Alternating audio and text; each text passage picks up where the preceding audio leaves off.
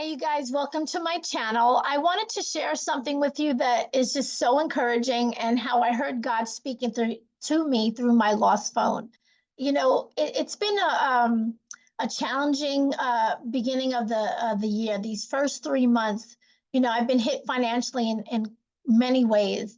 I started out the year with a conviction about what I would be doing with my finances and money saving and all sorts of convictions I made early in the year. And it seems like ever since I made those commitments that I've been getting hit left and right. First I got hit in January with, tire issues, two blowouts, and that cost me $500. Then I needed the other two tires done. That was another 200 and change. Then I needed to get something else fixed and an alignment. And then that was another close to $400. And that was in February. And then I'm like, okay, no more, you know, tire issues and car issues. That's it.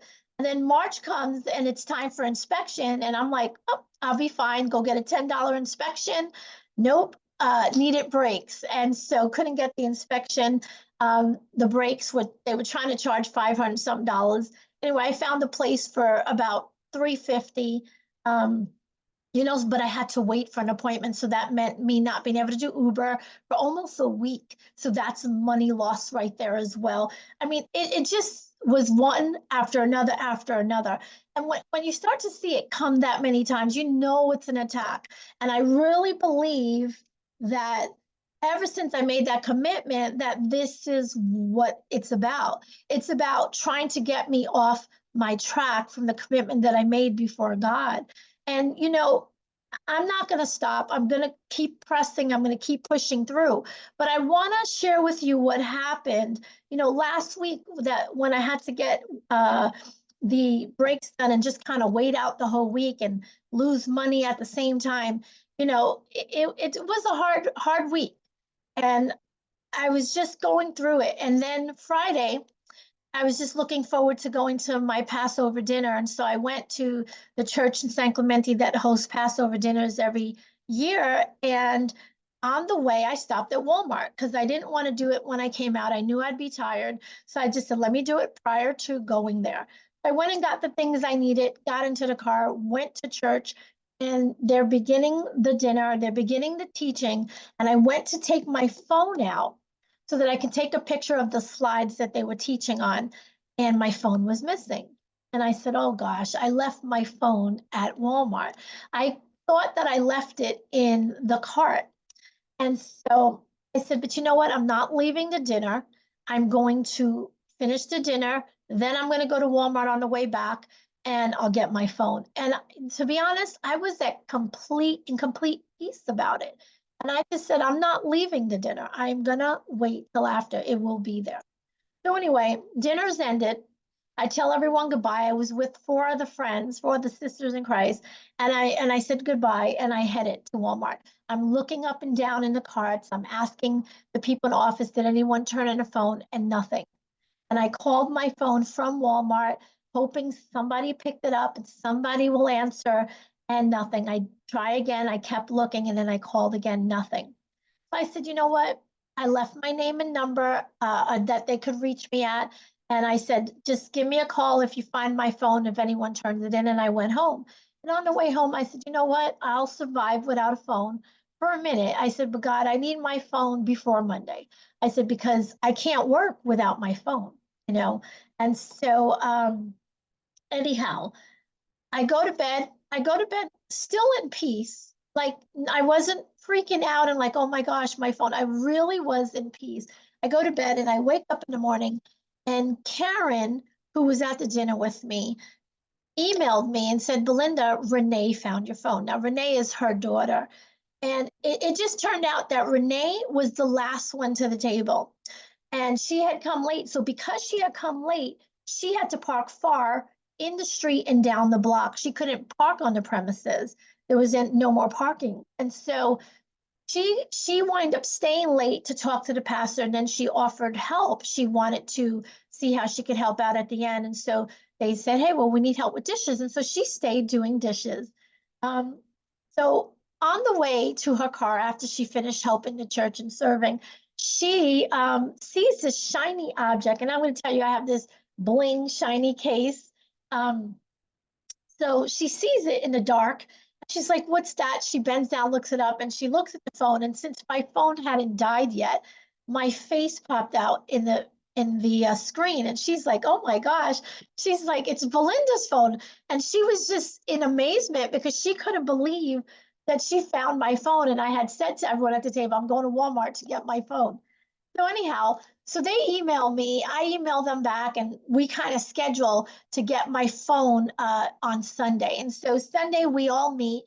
And we're just standing talking to each other, and we're kind of baffled because she showed me pictures of where the phone was.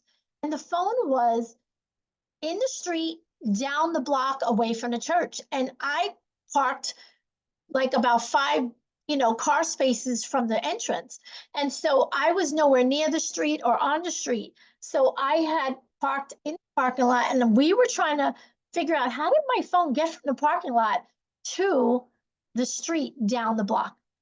And, after looking at my phone, like, I don't know if you can see, you might be able to see these cracks all around the edges. Let me see if I could get rid of that light. But these cracks all around the edges, it was just all cracked and messed up. And so, again, I don't know if you could see clearly, but take my word for it. It's cracked and crushed, right? And so I looked at the phone and I said, wow, how did that happen?